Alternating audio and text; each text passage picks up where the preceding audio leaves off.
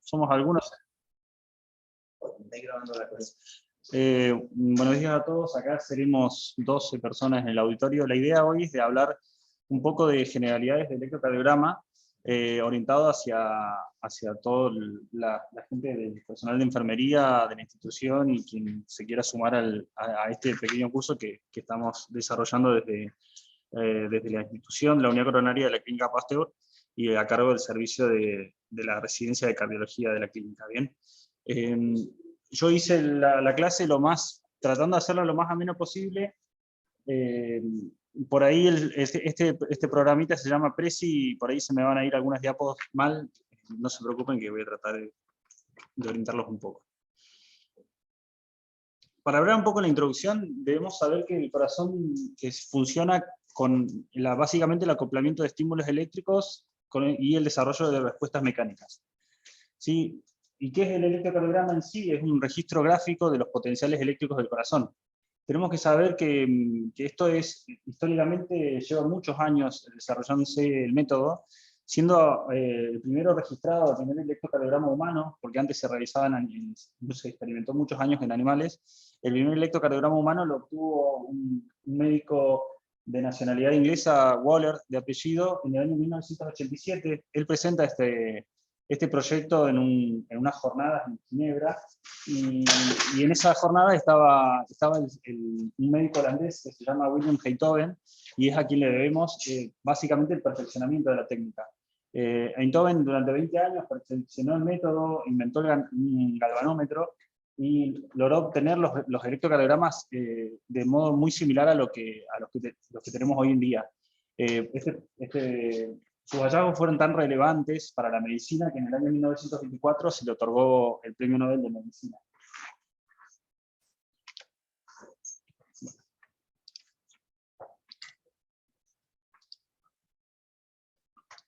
Entonces, como dije, el corazón funciona a partir tiene propiedades eléctricas y propiedades mecánicas. Lo que nos va a abocar hoy en día a lo que es la clase de hoy es hablar un poco ahí desactivar el audio porque si no se va a acoplar con lo que yo. Propiedades eléctricas, propiedades mecánicas. Debemos entender que el corazón, a grandes rasgos, lo podemos denominar como la célula cardíaca. ¿Por qué? Porque las células que conforman a todo lo que es el órgano, el corazón, tienen características que son distintivas, en particular respecto a las del músculo esquelético. Recordemos que las fibras especializadas del miocardio son de un músculo estriado muy similar al esquelético, pero con una funcionalidad que es distinta. Y está destacada principalmente por la presencia de conductos de membrana y uniones intercalares que permiten el rápido avance de un potencial de transmisión de iones a través de sus membranas. Sí, si bien, como les digo, ambos son músculo estriado, las células del corazón se conectan en forma lineal a partir de la fusión entre sus membranas y mediante la forma que tienen estas de compartir proteínas, que las interrelaciona tanto de manera anatómica como de manera funcional.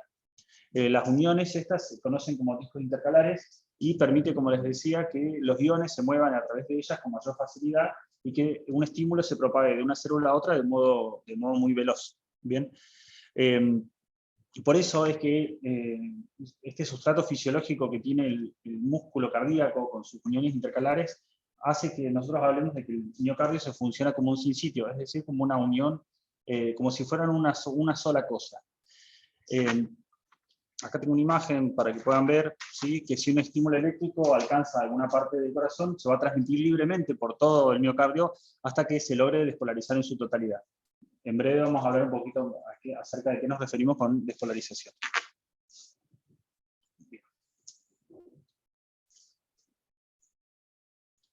Cuando hablamos de qué tipo de células cardíacas conocemos, estamos haciendo un breve acercamiento a lo que es la electrofisiología del sistema de conducción cardíaco. Las células miocárdicas debemos saber que en general están en reposo polarizadas, es decir, que tienen una carga en milivoltios que es estable. ¿Sí? Hay un equilibrio entre las cargas que están positivas por fuera y las negativas que están por dentro. Las positivas por fuera, caracterizadas principalmente por iones sodio, las negativas por dentro, caracterizadas principalmente por aniones y derivados de proteínas. eso genera una diferencia de potencial entre lo que está dentro de la célula cardíaca y por fuera, y es lo que nos habla de lo que es el potencial transmembrana diastólico, es decir, es el potencial transmembrana que hay en una célula que se encuentra en reposo. En el corazón, básicamente, tenemos dos tipos de células. Una son las células contráctiles y otras son las células específicas del sistema de conducción. Las células contráctiles son las que se encargan de la contracción del miocardio, valga la redundancia, tanto auricular como ventricular. Mientras que las células del sistema de conducción son las que van a originar y transmitir el impulso, permitiendo que estas células contráctiles desempeñen su actividad. Entonces, si hablamos de células contráctiles, cuando hablamos de este potencial transmembrana que tienen de reposo diastólico, es rectilíneo o estable. Ahora les voy a mostrar un gráfico para que se entienda un poco mejor. ¿Sí? Solo se van a despolarizar cuando reciben un estímulo, ¿sí?, que está propagado de células vecinas. Por lo tanto, es de destacar que las células contráctiles no son automáticas. A ver. Por su parte, ahora les voy a mostrar una imagen, después no se preocupen, que así lo entienden mejor. Las células que son automáticas, ¿sí?, tienen lo que llamamos despolarización diastólica espontánea. Es decir, hay una pendiente de ese potencial transmembrana que no es recto, sino que es ascendente, y que es la clave del automatismo celular. Estas células son las que integran básicamente el aparato del sistema de conducción.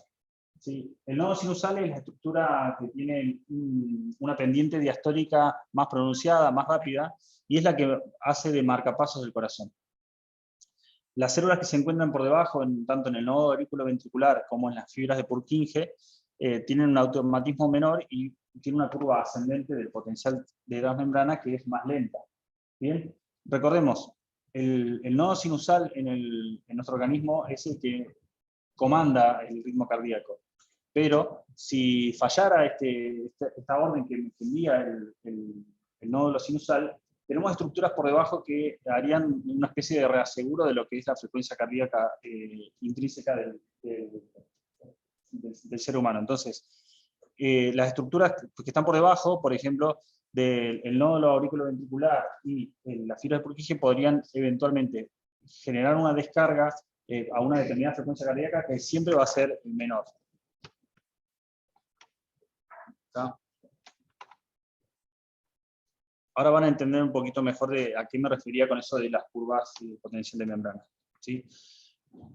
¿Y qué es el potencial de acción? Básicamente, cuando hay un proceso de activación de una célula o estructura en el miocardio, a partir de un potencial de transmembrana diastólico, que es el reposo, se genera un potencial de acción transmembrana, que es lo que va a provocar que se despolarice la célula y permita eso, a su vez, la contracción del miocardio.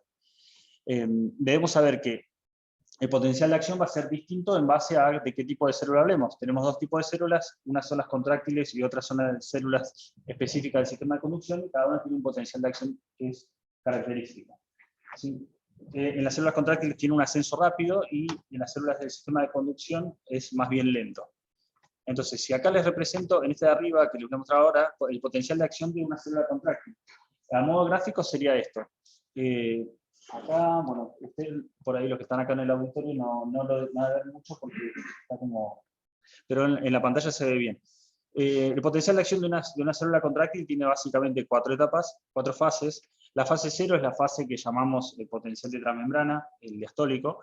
Luego le sigue una fase de despolarización que es rápida, con un ingreso rápido de sodio al interior celular.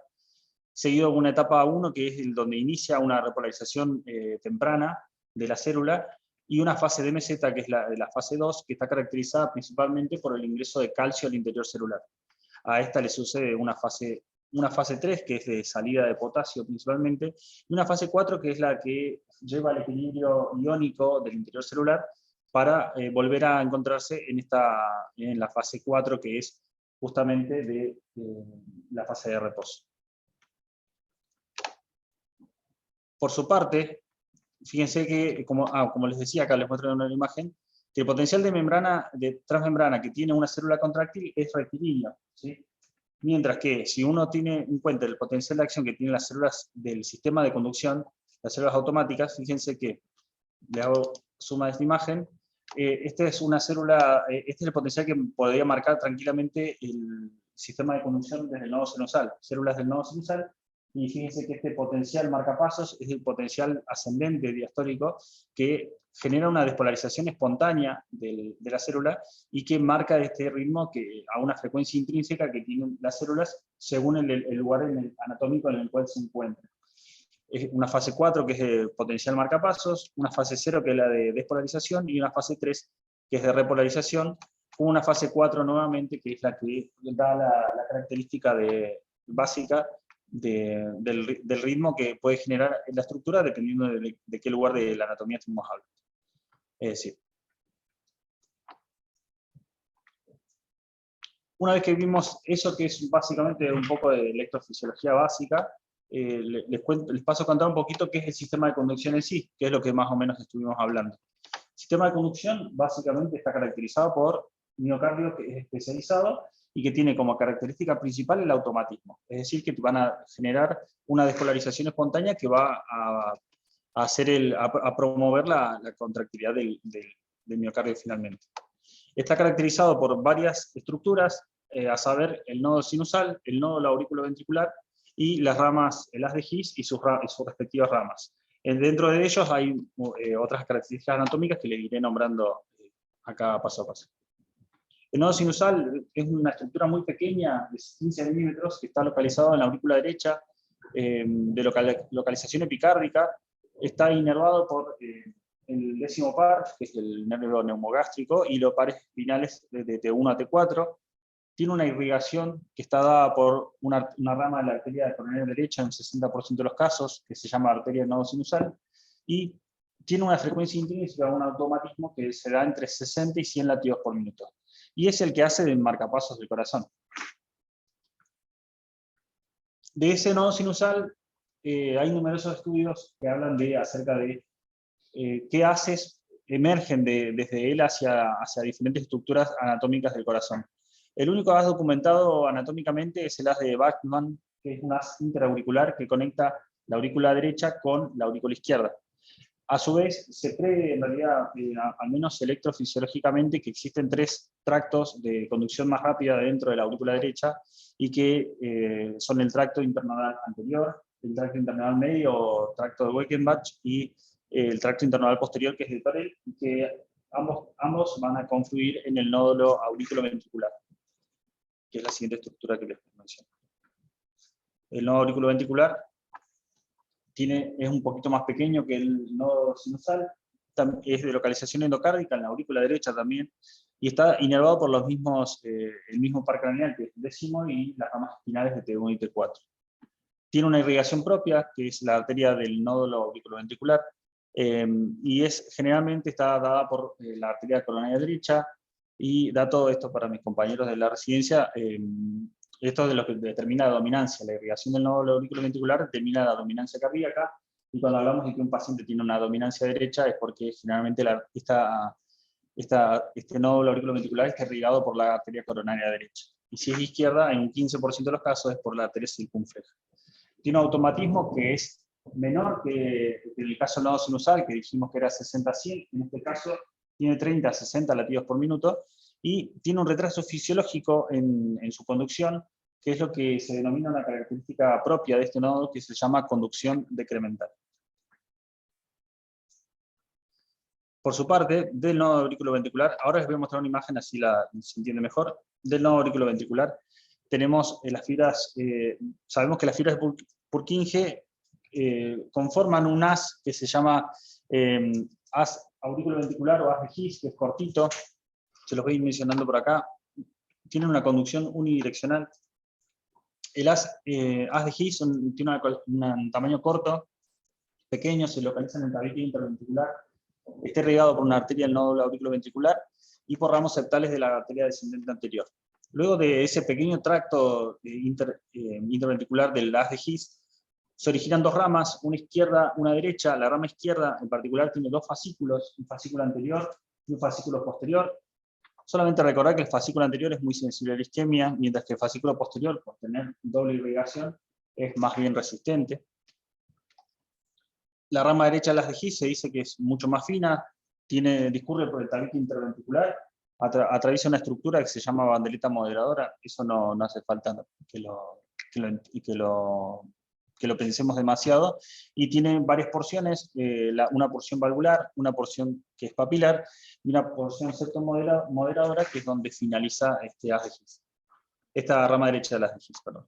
Y por último, las fibras de Purkinje, que son fibras de conducción especializada, que son las que permiten la finalización de la contracción del miocardio y la despolarización completa desde endocardio hacia epicardio de la masa muscular cardíaca. Bien. Ahora, una vez que tuvimos este pantallazo de lo que es el sistema de conducción, hasta que me falta una foto acá que no se la mostré, que era la de repaso, justamente esa. Fíjense que si por ahí, ahora no podemos hacerla mucho interactiva, pero fíjense que esta estructura con el número 1 que corresponde al nodo sinusal. Acá tenemos el número 2, es el haz interauricular o de Bachmann que dijimos, los 3 haces internodales que van a confluir en el nodo del aurículo ventricular, que es el número 6. Bien, el haz de His y sus ramas izquierda y derecha. Bien. Eso es una estructura, la ultraestructura que tiene el sistema de conducción si lo sacáramos del corazón. Bien. Una vez que tenemos este acercamiento a lo que es la electrofisiología del corazón, que sé que es complejo e incluso puede ser un poco aburrido, paso a comentarles un poquito acerca de qué es lo que tendremos que tener en cuenta a la hora de un electrocardiograma normal. Aclaro, yo por ahí traté de evitar en este momento hablar de cuestiones técnicas acerca de cómo se realiza un electrocardiograma de modo correcto, pero me parece muy importante resaltar que sí, perdón, me sí. dice que va muy rápido. Sí, hablo muy rápido generalmente. A ver, el electrocardiograma normal, la forma de realización, yo creo que ustedes muchas veces saben mucho más que nosotros.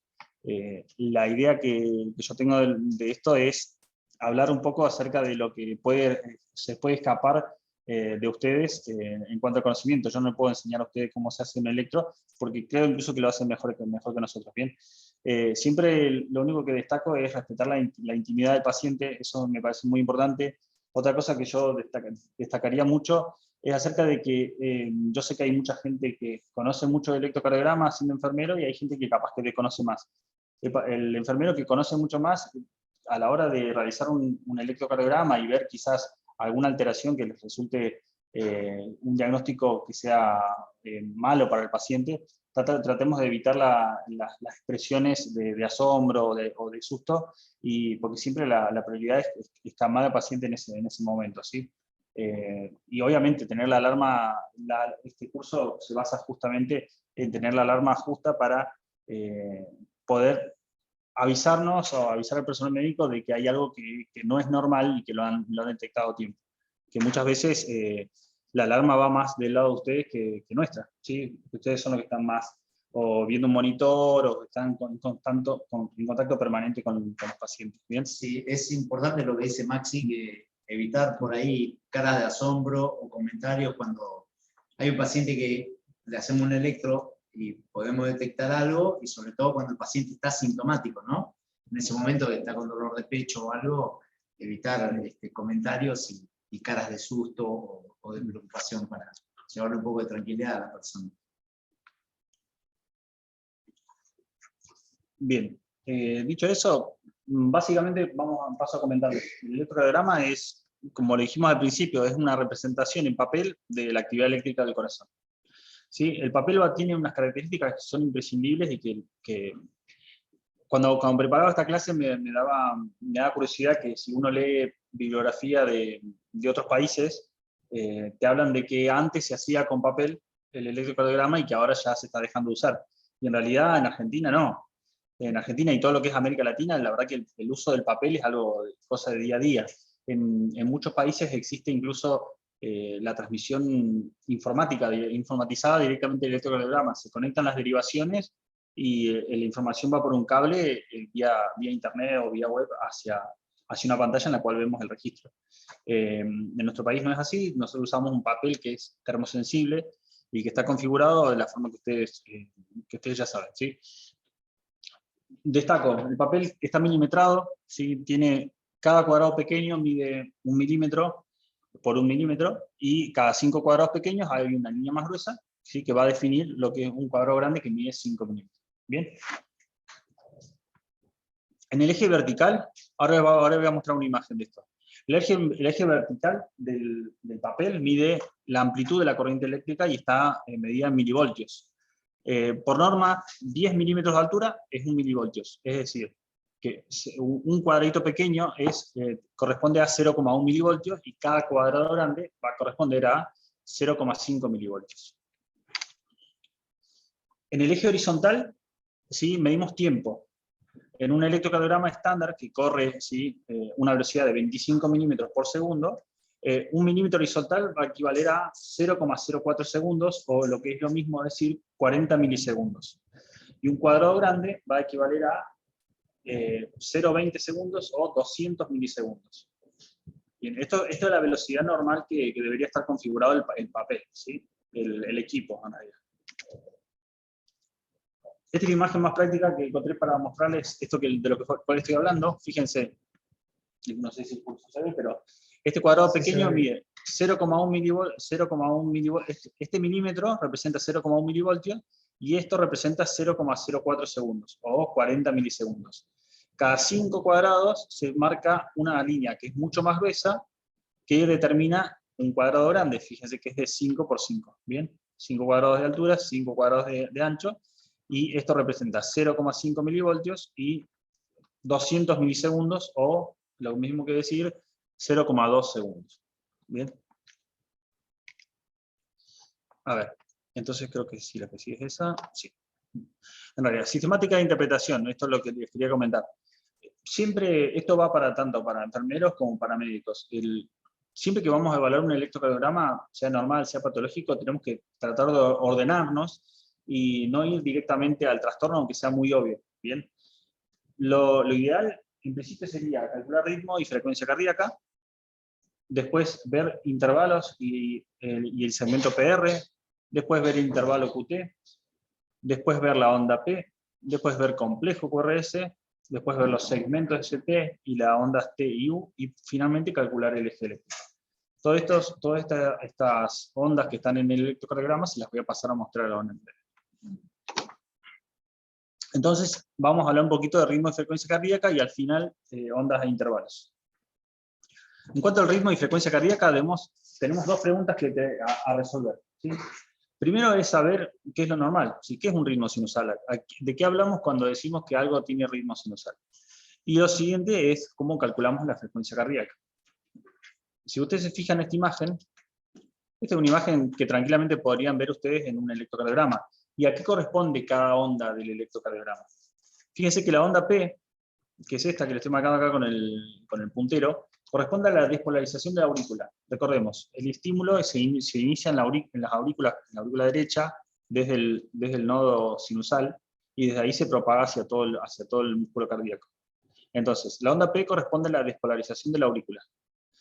Seguido a eso sigue un complejo, que es el complejo QRS, que es esto que vemos acá, en medio, que corresponde a la despolarización del ventrículo, es decir, el ventrículo es que se está contrayendo. Después a eso le sigue la onda T, que es lo siguiente del complejo, y que corresponde a la repolarización del ventrículo. Y seguido a eso, nuevamente, la aparición de un mismo complejo. Onda P, QRS y la onda T. Fíjense que cuando hablamos de la onda Q, por ejemplo, acá que les muestro acá la imagen a la derecha, la onda Q es la primera deflexión negativa que ustedes ven en el QRS. El QRS está constituido por 3 ondas, ¿sí? La nomenclatura fue dada por ese médico que les comenté al principio y quedó así, no tiene una explicación lógica, digamos, de por qué QRS. Simplemente se le pusieron ese nombre y quedó así. La onda Q es la primera deflexión negativa, la onda R es la primera deflexión positiva, y la onda S va a ser siempre la deflexión negativa que exista después de la onda R. ¿De acuerdo? Salgo acá. ¿Cómo calculamos la frecuencia? Lo otro había dicho, sí. ¿Qué es el ritmo sinusal? Bien. Entonces, tenemos un electrocardiograma a mano, queremos saber si está en ritmo sinusal o no, ¿y cómo lo determinamos? para determinar si un electrocardiograma está en ritmo sinusal, hay algunas características que debemos ver. A grandes rasgos, la onda P, esa que les mostré al principio, tiene que ser positiva en derivaciones inferiores. ¿Cuáles son las derivaciones inferiores? Que eso no se los mencioné. Las derivaciones inferiores son las que miran a la cara inferior del corazón, valga la redundancia, y está constituida por las ondas D2, D3 y ABF. Esas tres derivaciones son las que miran la cara inferior del corazón. Y la onda P debe ser positiva. ¿Por qué? Porque el estímulo de despolarización apunta hacia esas derivaciones. También debe ser positiva en precordiales de B2 a B6, y debe ser negativa en ABR. ABR es un complejo que está ubicado a la derecha del corazón, y que mira todos los estímulos a alejarse. Por eso siempre el complejo debe ser negativo. Toda onda P debe seguirse de un complejo QRS, es decir, que esa P, que fue un estímulo de despolarización de la aurícula, se acompañó de la despolarización del ventrículo, entonces eso es un ritmo sinusal. Y los intervalos RR, o sea, entre las dos ondas positivas que se marcan dentro del QRS, deben ser constantes. Siempre debemos saber que, bueno, que la frecuencia cardíaca también debe estar entre 60 y 100 latidos por minuto, porque es la frecuencia que tiene el nodo sinusal de descarga. Bien. Seguido de eso, ¿cómo calculamos la frecuencia cardíaca? Ahí hay mucho texto, yo se los voy a tratar de resumir en cierta manera. Además está decir que es muy importante saber calcular, y de hecho una de las cosas más fáciles que pueden hacer viendo los electrocardiogramas, y eso nos puede hacer sospechar determinadas patologías que las pueden diagnosticar incluso ustedes de forma muy, muy rápida. ¿Bien? ¿Cuál es la forma más fácil de calcular la frecuencia cardíaca?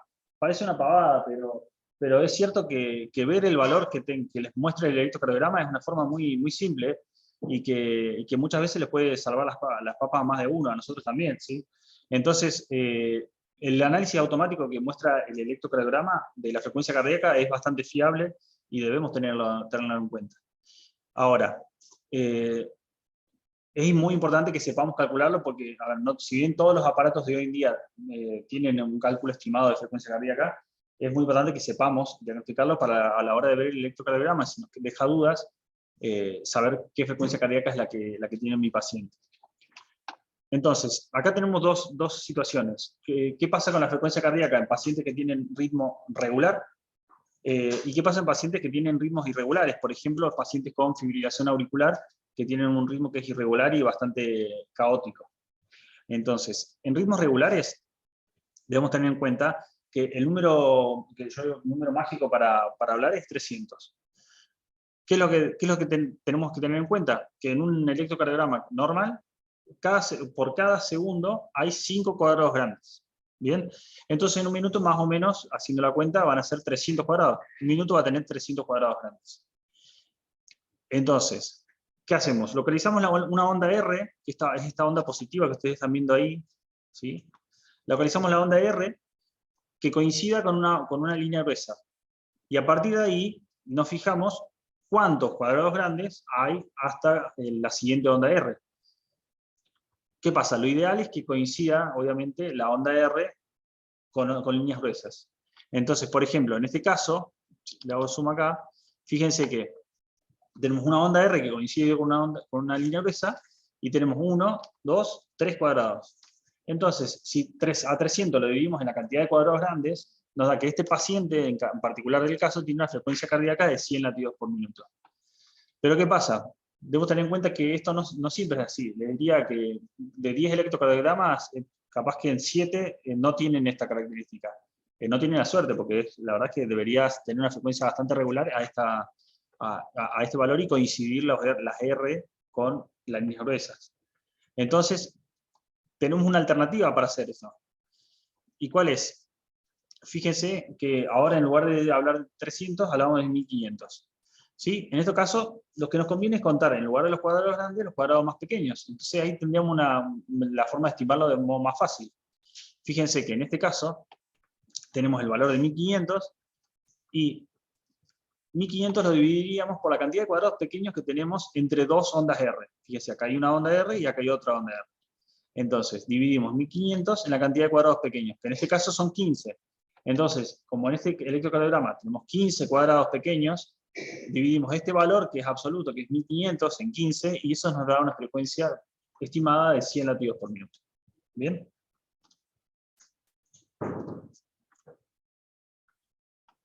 ¿Y qué pasa si tenemos un paciente con una frecuencia irregular?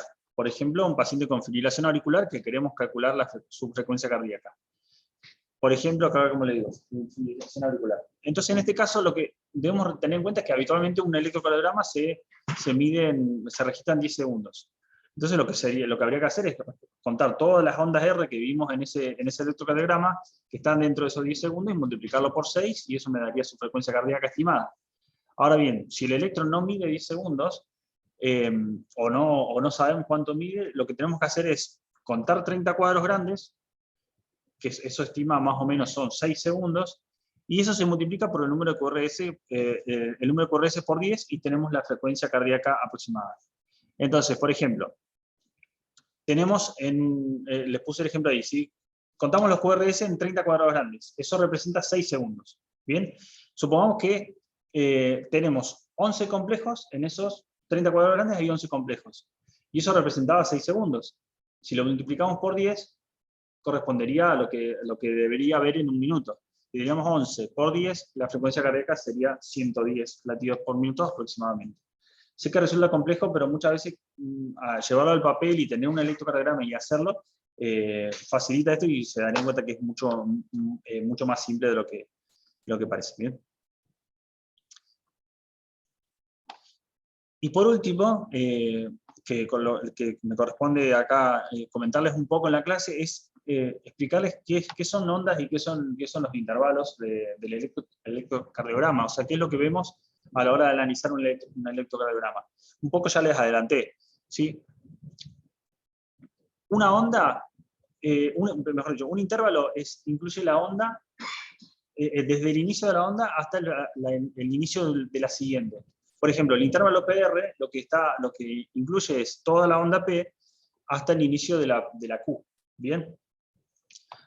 Un segmento, en cambio, es el espacio que existe entre dos ondas. ¿De acuerdo? En nuestro electrocardiograma, por ejemplo, tenemos la onda P, el intervalo PR, que incluye desde el inicio de la P hasta el inicio de la Q. Este intervalo, para que sea considerado normal, debe tener entre 0,12 y 0,20 milisegundos. El QRS, que tiene la onda Q, que dijimos que era la primera deflexión negativa, la primera deflexión positiva es la R, y la deflexión negativa que siga a la R es una S, siempre. El segmento ST, muy importante cuando hablamos de cardiopatía isquémica, porque es el que nos va a mostrar una alteración que nos va a hacer llamar la atención, tanto por su depresión como por su supradesnivel. La onda T, que es la que hablamos, que nos mencionaba sobre la repolarización del ventrículo, y la onda U, que se cree que es la repolarización de los músculos papilares del corazón. Pero es más difícil de ver porque los pacientes generalmente pueden tener una alteración de la línea de base, y esta onda U puede pasar desapercibida. ¿Sí? A ver, ¿qué más tengo para preguntar acá? Y después, en realidad, a modo de interacción, esto se lo iba a mostrar antes, pero para que tengamos en cuenta de cómo se conforma el electrocardiograma, fíjense que acá tenemos una estructura, un corazón, tenemos acá arriba lo que es el nodo, yo lo marco con el puntero, ¿sí? El nodo sinoauricular o nodo sinusal, de ahí salen haces internodales que llegan hacia el nódulo aurículo-ventricular, un ramo corto que es el haz de His, y que se divide en dos ramas, que son la rama izquierda del haz de His, la rama derecha del haz de His, la izquierda con sus divisiones anterior y posterior. Y fíjense cómo el potencial de acción del nodo sinoauricular es distinto al del miocardio en particular. Fíjense, el miocardio tiene una despolarización, una línea que es recta, una despolarización que es muy rápida, y una etapa de meseta.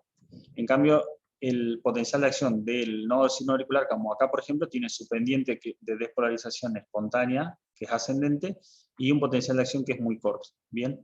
Esto cómo se corresponde con el electrocardiograma en sí. Y creo que no me... No, esa es la última, sí, porque después le pongo acá. Muchas gracias. Sí. Eso es todo lo que tengo para darles en el día de hoy yo. Si tienen preguntas me pueden hacer. Sé que por ahí hablo rápido, y la otra que sé es que algunas cosas son un poco complejas de entender, así que me pueden preguntar lo que deseen por ahora.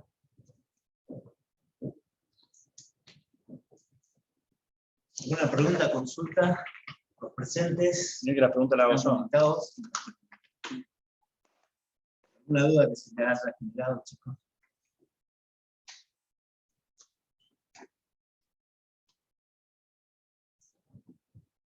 ¿Algo que quieran que repase del complejo QRS?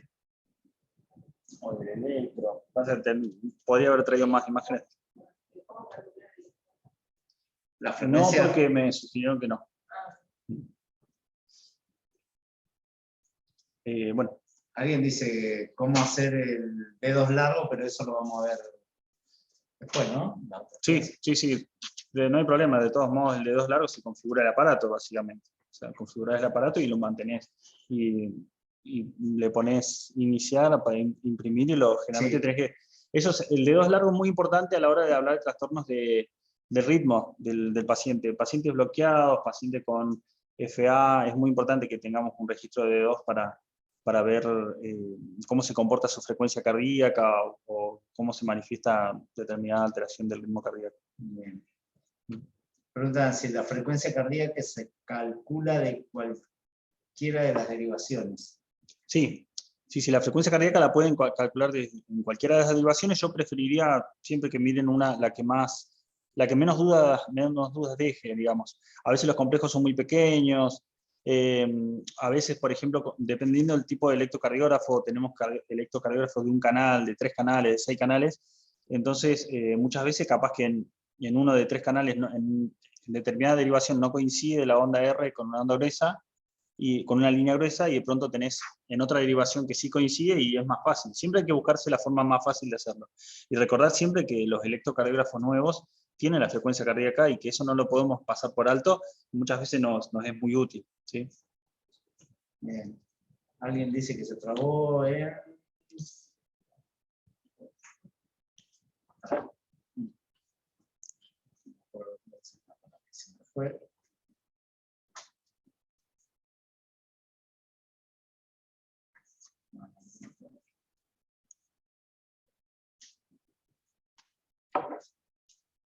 que se trabó en intervalo y segmento. No sé quién preguntó, Tatiana, creo.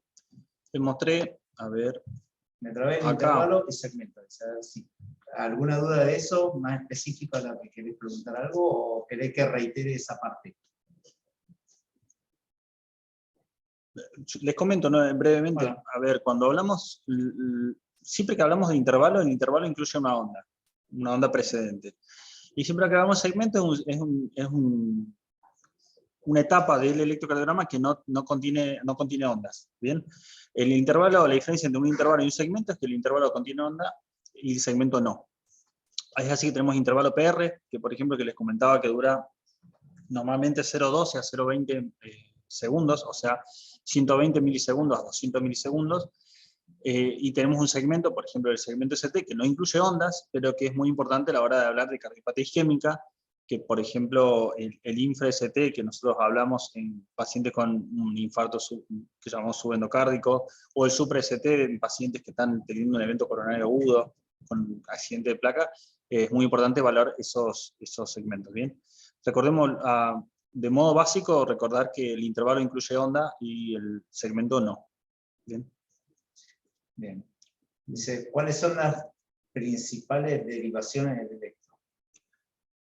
En realidad no es que existan derivaciones principales, sino que cada una de las derivaciones tiene un papel a la hora de evaluar lo que es la conducción, el sistema de conducción o cómo se transmite el impulso en el corazón. Cada derivación ve una porción en particular del corazón. ¿Bien? Por ejemplo, eso no lo puse, si yo se los cuento ahora, capaz que escucharlo no es lo mismo que ver en una imagen, pero por regla general, saber que la cara inferior del corazón la ven derivaciones de 2, de 3 y ABF, ¿sí? Saber que el B1 y ABL miran la cara lateral alta del corazón, saber que B1 y B2 ven la cara septal del corazón, B3 y B4 ven la cara anterior, ¿sí? B5 y B6 ven la cara lateral baja del corazón, y todo eso en conjunto puede hacer a la hora de, por ejemplo, muchas veces hablamos de eso en un paciente con un evento coronario agudo, un infarto, que vemos, por ejemplo, un supradesnivel en el segmento ST de B1 a B6. Y después tenemos también en B1 y ABL, y nosotros hablamos de eso de un infarto anterior extenso. ¿Por qué? Porque no solamente compromete B1 y B2, que es cara septal, sino también B3, B4, cara anterior, B5, B6, cara lateral baja, B1 y ABL, cara lateral alta. Y eso nos habla de algo anterior extenso. Pero bueno, eso me parece que hablado es complejo, y quizás con una imagen sería mejor, pero no les tengo ninguna acá para mostrarles. Bien. Dice, ¿cómo saber si está bien hecho el electro? Hay varias formas. La primera que yo diría es ir a ver ABR, porque el mayor error que existe a la hora de hacer un electro es que ABR queda positivo. Cuando la onda ABR es positiva, eso rara vez va a pasar en un paciente que no tenga patología, ¿sí? ABR siempre tiene que ser un complejo negativo. Si ustedes ven en ABR que las ondas Q, por ejemplo, la onda R, perdón, esto que está acá, está ABR y lo ven así, eso probablemente sea un electrocardiograma mal hecho. Siempre es importante recordar la calibración del papel, que tiene que estar 10 milímetros milivolt y 25 milímetros por segundo. Eso tiene que estar eso es lo estándar del electrocardiograma. Recordar que ABR tiene que ser negativo, y debemos recordar también que la ubicación, principalmente de los electrodos que son B1 y B2, que son los precordiales, que muchas veces he visto a veces que se colocan muy altos, ¿sí? B1 y B2 van colocados en el cuarto espacio intercostal. Ustedes después de tocar el ángulo de Lewis, que es una prominencia del esternón, por debajo del ángulo de Lewis estamos en el segundo espacio intercostal. Y ahí tenemos que bajar al cuarto y colocar a la derecha del esternón el B1 y a la izquierda el B2. Bien, y a partir de ahí los siguientes electrodos. Eso creo que son los principales errores a la hora del registro del electrocardiograma, son principalmente la mala colocación del ABR, que a veces está positivo, y la calibración del aparato. No sé si hay gente del centro de rehabilitación en el curso, pero por ahí yo que hago guardias acá en la clínica, que he visto electros de piso y que he visto electros del centro de rehabilitación, donde mayor hay errores es el centro de rehabilitación, que muchas veces el aparato no está calibrado. La calibración no es muy difícil, y es muy importante que como equipo de enfermería sepan cómo se calibra el aparato con el que cuentan. Así como tienen que saber si el carro de paro está bien armado, y si están dando el cardiodesfibrilador, tienen que saber cómo se maneja su aparato electrocardiograma, ¿bien? Porque eso es clave, porque a la hora de hacer un diagnóstico no es lo mismo que un electrocardiograma esté configurado a 50 milímetros por segundo que a 25, ¿bien? Porque se pueden pasar por alto muchas alteraciones. ¿Bien? Sí, la idea de cómo configurarlo, calibrarlo y cómo van las derivaciones, las pinzas y demás, es verlo y sacar las dudas en los talleres prácticos que vamos a hacer al final, ¿sí? Así que todas esas dudas las vamos a ir evacuando con Andrea y Julio, que van a ser los que están encargados. Los profes, capos. Así que bueno, no sé si hay alguna pregunta más. Si no, no. ¿Alguna otra pregunta? ¿Consulta que quieran hacer? Así ya quedamos liberados. Y bueno, ahí les puse en el chat el correo nlopez@cepastel.com.ar como para que me manden todos los que están en línea los datos para ir teniendo el seguimiento del acceso a las clases, ¿sí? De los que están en línea. Si me mandan el DNI, nombre y apellido completo, por favor, así lo voy cargando. Bueno, si no hay más preguntas ni consultas, le agradecemos al doctor Maxi, y bueno, nos veremos el miércoles próximo para la segunda clase, ¿sí? Así que bueno, muchísimas gracias y bueno. No, gracias a ustedes. Gracias, Doc. Nos vemos. Entonces, chao, gente. Fíjense.